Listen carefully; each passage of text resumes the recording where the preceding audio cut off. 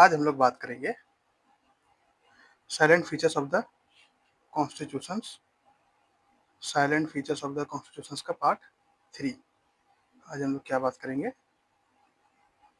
आज हम लोग बात करेंगे salient features of the constitutions का पार्ट 3। हमने पार्ट 1 और पार्ट 2 में चीज़ें पढ़ रखी थी। अब पार्ट 3 की बात करते हैं। पार्ट 3 में है, ये है आपका पार्ट 3। पार्ट 3 में है हमारा parliamentary form of the government. क्या है? Parliamentary form. देखिए, दो फॉर्म ऑफ गवर्नमेंट है, parliamentary form of the government और प्रेसिडेंशियल सिस्टम। ठीक है। पार्लियामेंट्री सिस्टम में क्या है कि हम क्या करते हैं, सिटीजन्स किसको इलेक्ट करता है, लेजिस्लेचर को इलेक्ट करता है, और लेजिस्लेचर क्या करता है, फिर किसको सिलेक्ट करता है, एग्जीक्यूटिव को सिलेक्ट करता है। ठीक है। और प्रेसिडेंशियल फॉर्म ऑफ गवर्नमेंट में क्या है, सिटीजन से क्या करता है, लेजिस्लेचर को भी सिलेक्ट इलेक्ट करता है और एग्जीक्यूटिव को भी इलेक्ट करता है। ठीक है। अब देखिए, अब हमारे हमारे हमारे तरह में क्या है कि हमारे अगर देखा जाए हमारे पार्लियामेंट्री सिस्टम में, पार्लियामेंट्री सिस्टम ऑफ गवर्नमेंट में क्या है कि हम क्या करते हैं, हम डायरेक्टली पीएम को वोट नहीं कर सकते, या हम डायरेक्टली सीएम को वोट नहीं कर सकते। हम क्या करते हैं, हम एक अपने एमपी या एमएलए को क्या करते हैं, हम लोकल लेवल पर सिलेक्ट करते हैं। कोई एमपी कोई एमएलए को हम क्या करते हैं, लोकल लेवल पर सिलेक्ट करते हैं। और फिर वो क्या करते हैं, वो एमपी एमएलए क्या करते हैं, वो एमपी एमएलए मिल करके सीएम और पीएम को सिलेक्ट करते हैं। ठीक है। ये बात होगी आपकी parliamentary form of the government. जहां तक बात है प्रेसिडेंशियल सिस्टम में, प्रेसिडेंशियल फॉर्म ऑफ गवर्नमेंट में, उसमें क्या है, और ये प्रेसिडेंशियल फॉर्म ऑफ गवर्नमेंट कहाँ होता है, ये मेनली होता है यूएस में। ठीक है। तो इसमें क्या देखते हैं, इसमें हम देखते हैं कि वो क्या करते हैं, वो सिटीजन डायरेक्टली किसको वोट कर सकते हैं, वहां के प्रेसिडेंट को वोट कर सकते हैं। जैसे डोनाल्ड ट्रंप को डायरेक्टली सिटीजन, यूएस के सिटीजन डायरेक्टली वोट करते हैं डोनाल्ड ट्रंप को। ठीक है। देखते हैं टेक्स्ट में क्या है। टेक्स्ट में है आपका, The Constitution of India has opted for the British parliamentary system of government rather than the American presidential system of government। देखिए, इंडिया का जो कॉन्स्टिट्यूशन है, उन्होंने क्या चूज किया, इंडिया का कॉन्स्टिट्यूशन ने चूज किया कि हमें क्या करना है, हमें parliamentary form of the government है, ना कि हमें presidential form of the government चाहिए। ठीक है। The parliamentary system is based on the principles of cooperation and coordination between the legislative and executive organ. Parliamentary form of the government में क्या है कि कोऑपरेशन और कोऑर्डिनेशन किसके किसके बीच में है, एग्जीक्यूटिव और लेजिस्लेचर के बीच में। मींस लॉ मेकिंग और लेजिस्लेटिव क्या करता है, लेजिस्लेटिव का क्या फंक्शन है कि वो क्या करेगा, नियम बनाएगा, और एग्जीक्यूटिव का क्या फंक्शन है, वो एग्जीक्यूट करेगा। तो इसमें क्या है, कोऑपरेशन और कोऑर्डिनेशन है। दोनों सेपरेट काम नहीं कर रहे, हाँ लेजिस्लेचर कुछ अलग काम कर रहा है, एग्जीक्यूटिव कुछ अलग काम कर रहा है, ऐसा नहीं है। यहाँ पर कोऑपरेशन है और कोऑर्डिनेशन है। मींस एक दोनों के साथ क्या करते हैं, कोऑर्डिनेट करते हैं। ठीक है। यहाँ पर दोनों का सेपरेट डिवीजन ऑफ पावर नहीं है।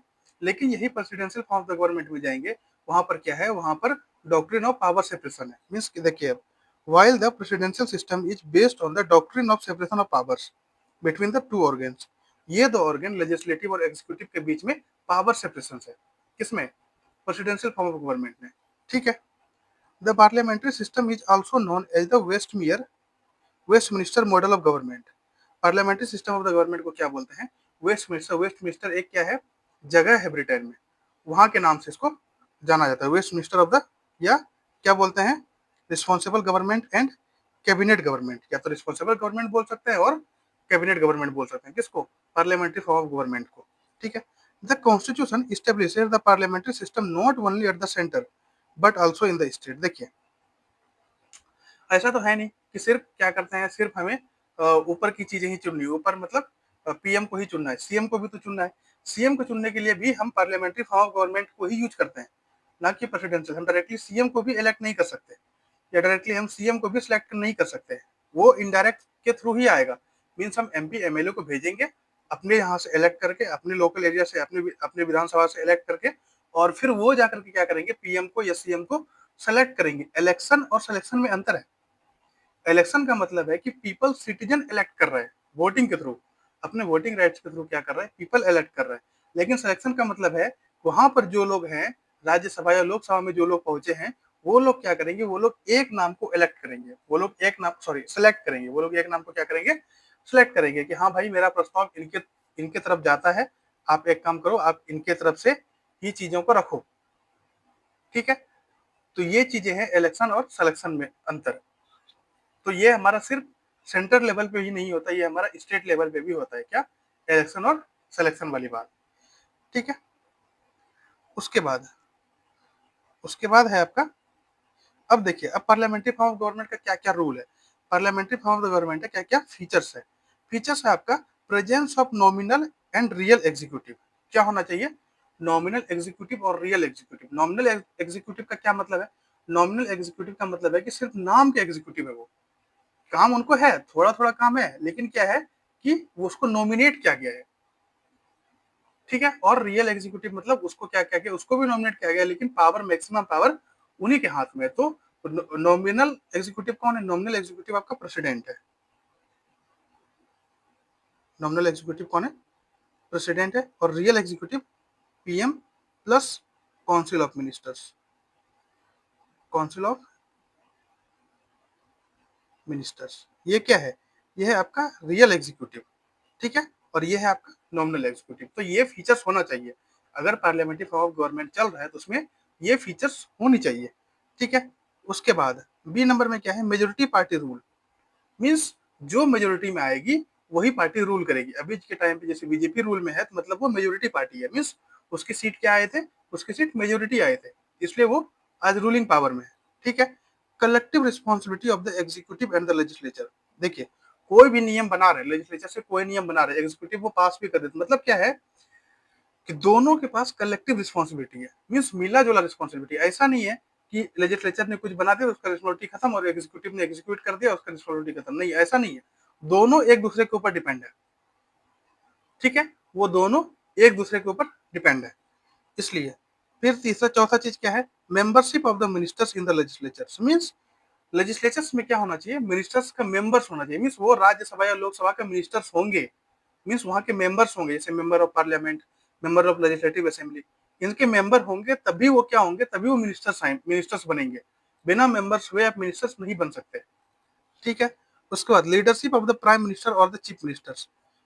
सेंटर में क्या होगा, सेंटर में प्राइम मिनिस्टर का लीडरशिप होगा और स्टेट में चीफ मिनिस्टर का लीडरशिप होगा, ठीक है। ये है पार्लियामेंट्री फॉर्म ऑफ गवर्नमेंट का फीचर्स। क्या, membership of the leadership of the prime minister और the chief minister. Mean centre में क्या होगा, सेंटर में कौन लीडर होगा, सेंटर में होगा पीएम लीडर, और स्टेट में कौन लीडर होगा, स्टेट में होगा सीएम लीडर, ठीक है।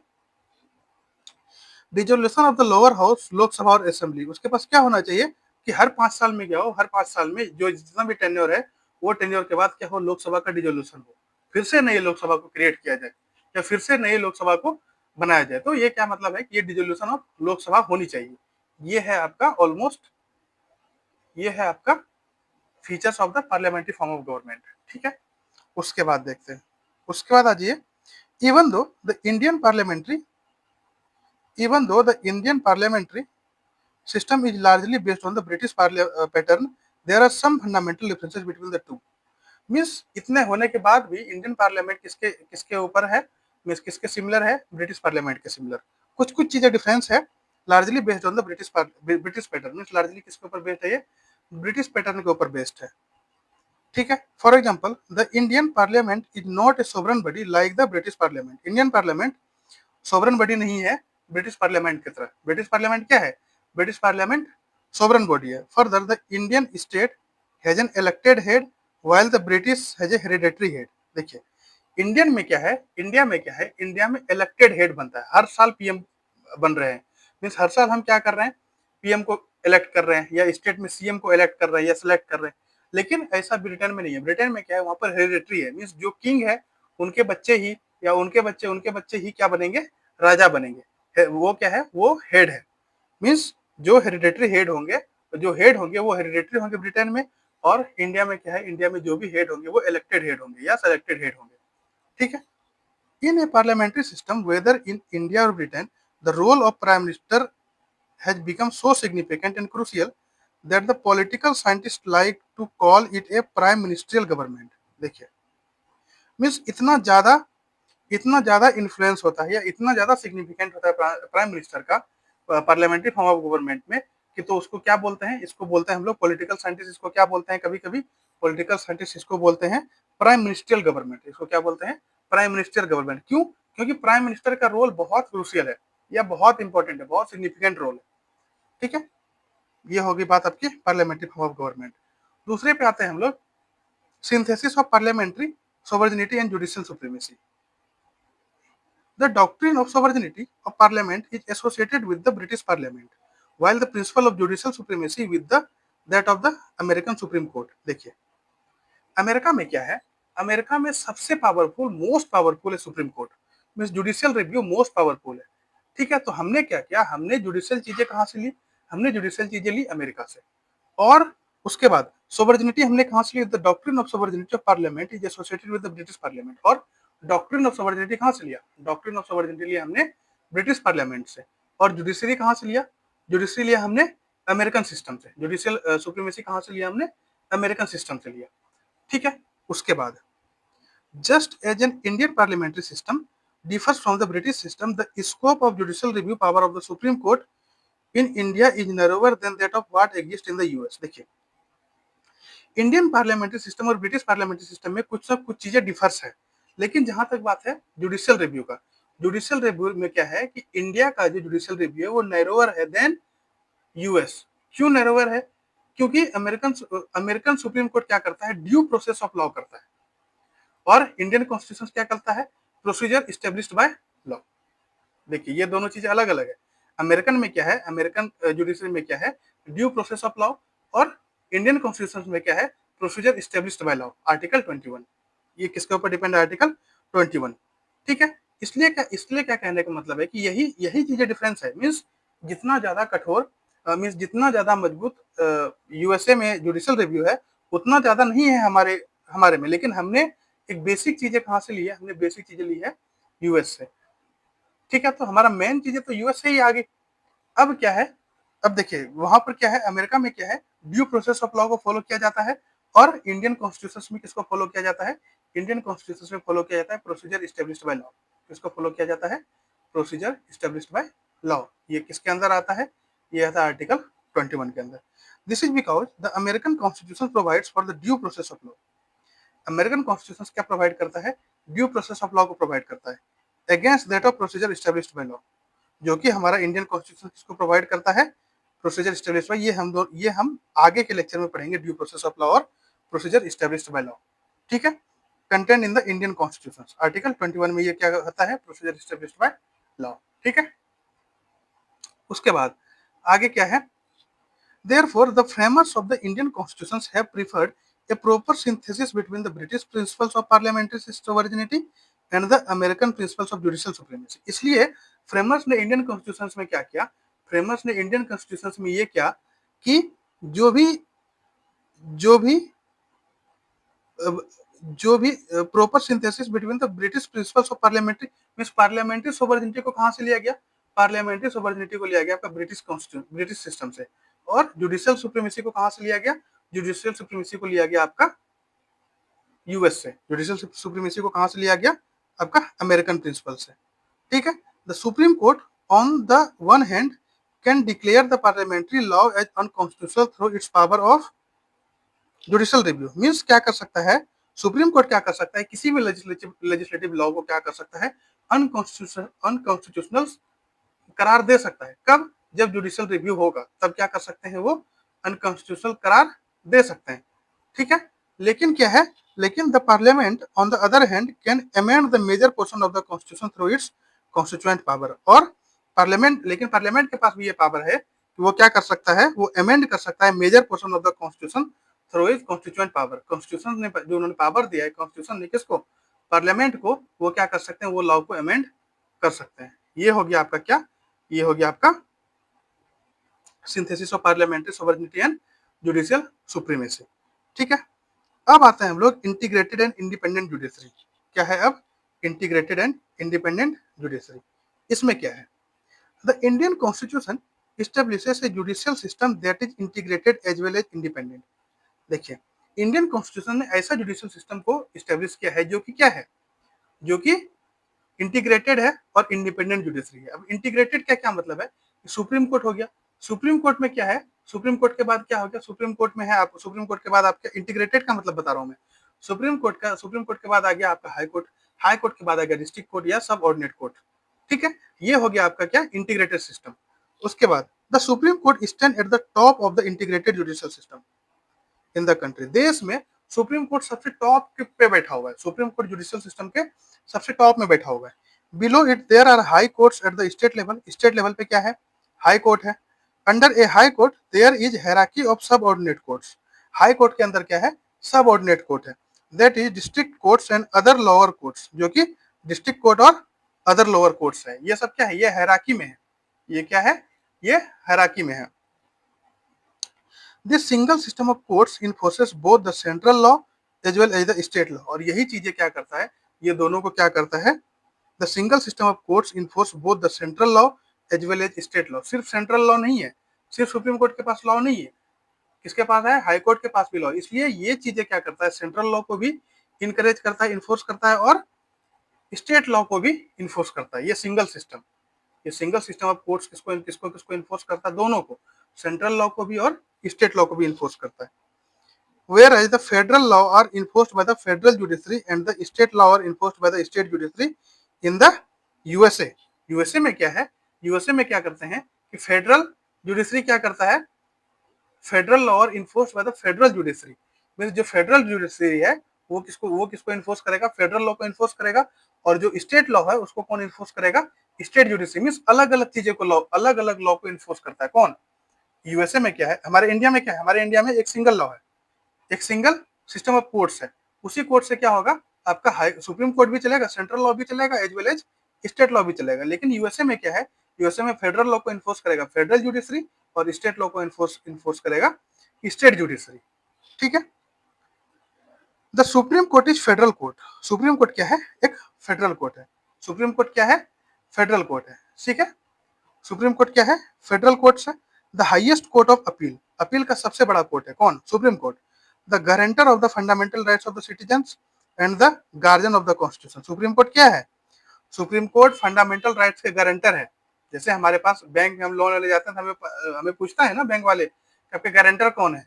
मीन्स अगर मान लिया जाए, अगर वो चीजें वायलेट्स होगी, अगर मान लिया जाए आपने वो लोन नहीं चुका पाया, तो वो उसका गारंटर कौन होगा, वो लोन कौन चुकाने के लिए हकदार होगा, जो गारंटर बनेगा। उसी तरीके से हमारे यहाँ पे फंडामेंटल लॉ का गारंटर कौन है, फंडामेंटल लॉ का गारंटर है हमारा सुप्रीम कोर्ट। मान लीजिए कोई भी फंडामेंटल लॉ अगर कहीं किसी भी तरीके से इम्ब्रिच हो रही है, किसी भी तरीके से उसमें कुछ चीजें हो रही है, तो उसको कौन मैनेज करेगा, उसको मैनेज करेगा सुप्रीम कोर्ट। ठीक है। उसके बाद और guardians of the constitution, constitution का गार्जियंस कौन है, कॉन्स्टिट्यूशन का गार्जियन भी सुप्रीम कोर्ट ही है। अगर मान लीजिए अगर कॉन्स्टिट्यूशन में कुछ भी चीजें इधर उधर हो रही है, तो जुडिशियल रिव्यू कौन करेगा, सुप्रीम कोर्ट जुडिशियल रिव्यू करेगा। ठीक है। Hence the constitution has made various provision to ensure its independence. इसलिए कॉन्स्टिट्यूशन ने क्या किया है, इसलिए कॉन्स्टिट्यूशन ने बहुत सारे प्रोविजन लाया है ताकि इसके इंडिपेंडेंस, ताकि इसके स्वतंत्रता को बरकरार रखा जाए, सुप्रीम कोर्ट की स्वतंत्रता को बरकरार रखा जाए। Security of tenure of the जजेज, ठीक है, fix service condition for the जजेज, all the expenses of the supreme court charge on the consolidated funds of India, prohibition on discussion on the conduct of judges in the legislatures, ban on practice after retirement, power to punish for its contempt vested in the Supreme Court, separation of the judiciary from the executive and so on। ये सारी चीजें क्या है, ये सारी चीजें constitution में इसलिए लिखी गई है ताकि क्या हो, ताकि कभी भी अगर सुप्रीम कोर्ट की इंडिपेंडेंसी अगर जा रही है, तो वो क्या करते हैं, वो इन पावर को यूज करके अपना इंडिपेंडेंसी को गेन कर सकते हैं। ठीक है, ये बातें होगी। उसके बाद आते हैं हमारा फंडामेंटल राइट्स। फंडामेंटल राइट्स में क्या है, फंडामेंटल राइट्स में क्या है कि part 3 of the Indian constitution guarantees 6 fundamental rights to all citizens. Indian constitution का पार्ट 3 क्या करता है, पार्ट 3 ये डिनोट करता है, ये दिखाता है कि हमारे पास सभी सिटीजन्स के लिए फंडामेंटल राइट्स है। जैसे राइट टू इक्वालिटी, आर्टिकल 14 से लेकर के 18 तक, ये क्या है, right to equality. Right to freedom, article 19 to 22। Right against exploitation, article 23 to 24। Right to freedom of religions, article 25 to 28। ठीक है। Cultural and educational right, article 29 and 30। Right to constitutional remedies, article 32। उसके बाद originally the constitution provided for the 7 fundamental rights. Originally constitution कितने fundamental rights के लिए provide किया गया है, 7 फंडामेंटल राइट्स के लिए। However, the right to property, Article 31, was deleted from the list of fundamental rights by the 44th Amendment Act of 1978। Right to property, Article 31 को delete कर दिया गया था, कब, कौन सा amendment, 44th Amendment Act of 1978। इस टाइम पे इसको क्या कर दिया गया था, डिलीट कर दिया गया था, राइट टू प्रॉपर्टी को। It is made a legal right under Article 300A in Part 12 of the constitution. Constitution के पार्ट 12 में क्या किया गया था, आर्टिकल 300A को क्या कर दिया गया था, एक लीगल राइट दिया गया था। ठीक है, the fundamental rights are meant for promotion the idea of political democracy. Fundamental rights का मतलब है, फंडामेंटल राइट्स का क्या मतलब है, फंडामेंटल राइट्स का मतलब है कि आप क्या कर सकते हैं, प्रमोट कर सकते हैं पॉलिटिकल डेमोक्रेसी को। पॉलिटिकल डेमोक्रेसी को क्या कर सकते हैं आप, प्रमोट कर सकते हैं। They operates as limitations on the tyranny of the executive and arbitrary law of the legislature. They are justiciable in nature, that is they are enforceable by the courts for their violation। Means क्या है कि ये जो fundamental rights है, fundamental rights को अगर हम violet कर रहे हैं तो कोर्ट आपसे क्या मांगेगा, कोर्ट आपसे जवाब मांगेगा कि आपने क्यों इसको वायलेट किया, फंडामेंटल राइट्स को आपने क्यों वायलेट किया।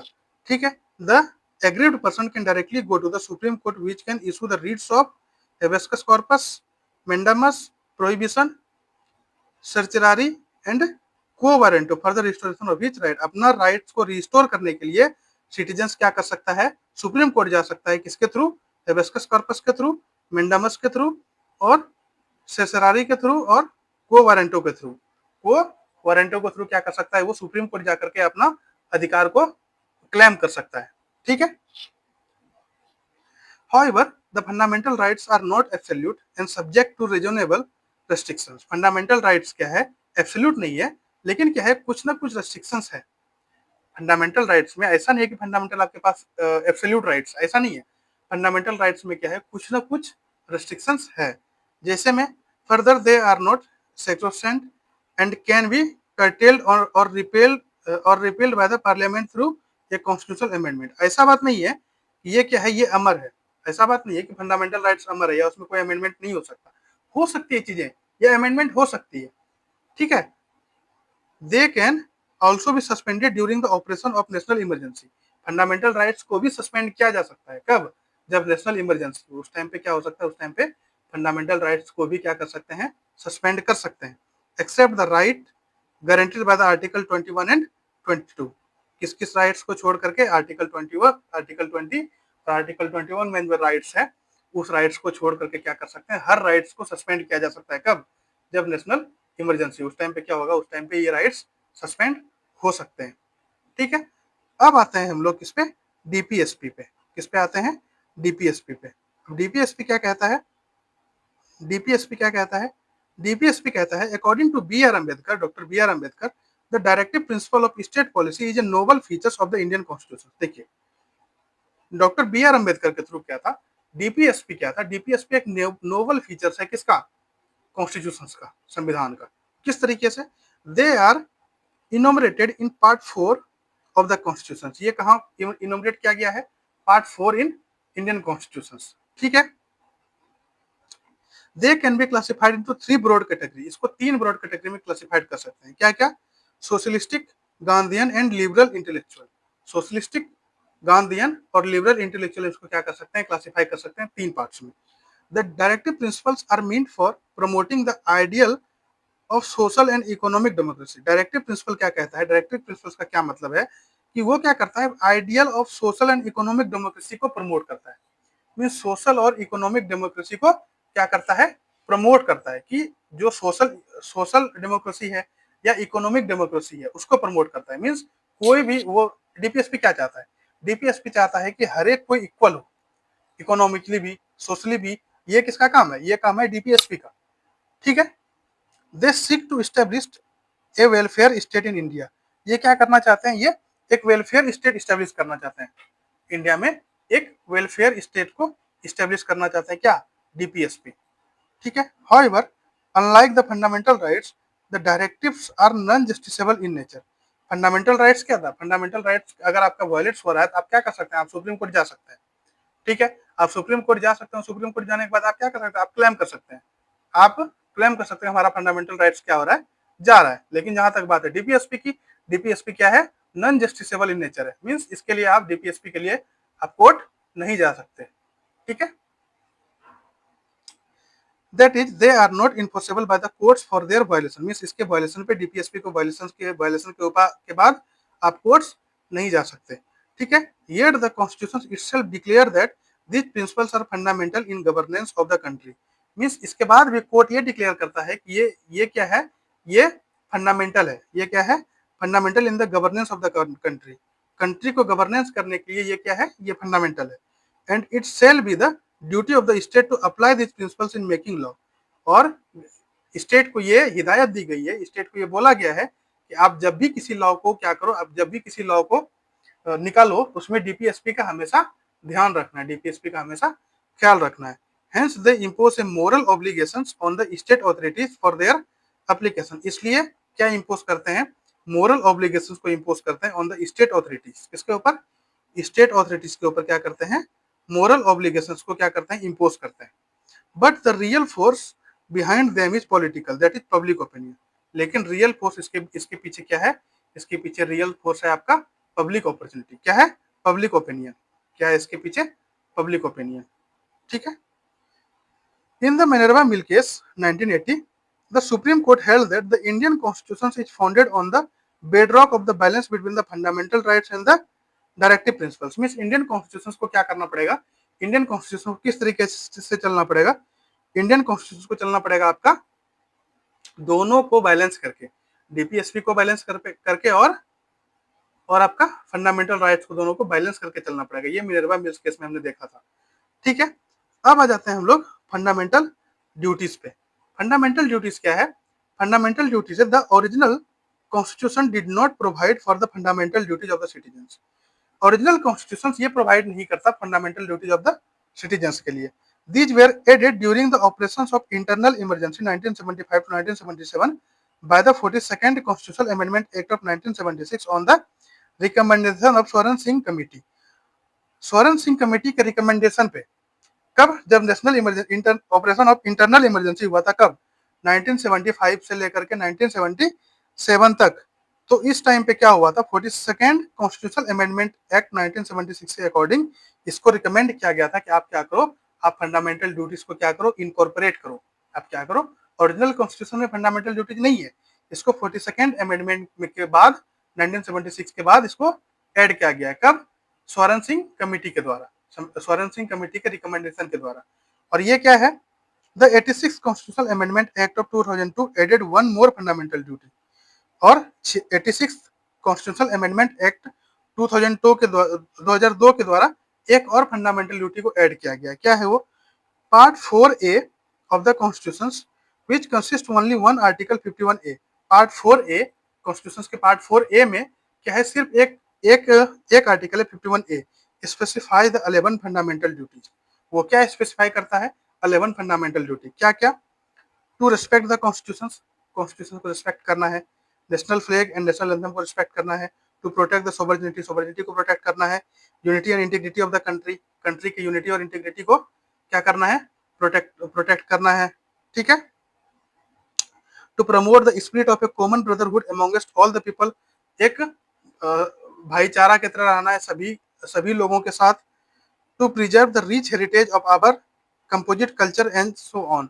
और हमें क्या करना है, जो हमारा हेरिटेज है उसको क्या करना है, उसको हमें प्रिजर्व करना है, हर हाल में क्या करना है, उसको प्रिजर्व करना है। ठीक है। The fundamental duty serve as a reminder to citizens that while enjoying their rights. Fundamental duties क्या करता है, एक रिमाइंडर देता है सिटीजन्स को, जब हम क्या करते हैं उसके पावर्स को एंजॉय करते हैं। They owe to their country, their society and to their fellow citizens.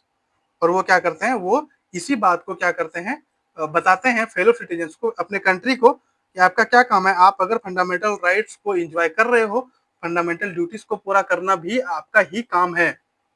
Means आप अगर फंडामेंटल राइट्स को एंजॉय कर रहे हो तो फंडामेंटल ड्यूटीज को भी पूरा करना आपका ही काम है, आप ही पूरा करोगे फंडामेंटल ड्यूटीज को भी। ठीक है। However like the directive principle the duties are also non justiciable in nature. जैसे क्या था, डायरेक्टिव प्रिंसिपल नॉन जस्टिसेबल था, उसी तरीके से ये भी नॉन जस्टिसेबल है। मीन्स फंडामेंटल ड्यूटीज भी नॉन जस्टिसेबल है। मतलब आप इस फंडामेंटल ड्यूटीज के लिए भी आप क्या कर सकते हो, आप सुप्रीम कोर्ट नहीं जा सकते, आप सुप्रीम कोर्ट में जाकर के अपील नहीं कर सकते हो। ठीक है। ये बात होगी हमारा salient features of the constitutions के। अभी और भी साइलेंट फीचर्स रहते हैं, जैसे ये सेकुलर स्टेट है, उसके बाद यूनिवर्सल एडल्ट फ्रेंचाइज है, इंडिपेंडेंट बॉडीज है, और सिंगल सिटीजनशिप है, इमरजेंसी प्रोविजन है। ठीक है। ये सारी चीज़ों को हमें क्या करना है, ये सारी चीज़ों को भी पढ़ना है। तब तक के लिए thank you so much, take care, good bye, जय हिंद।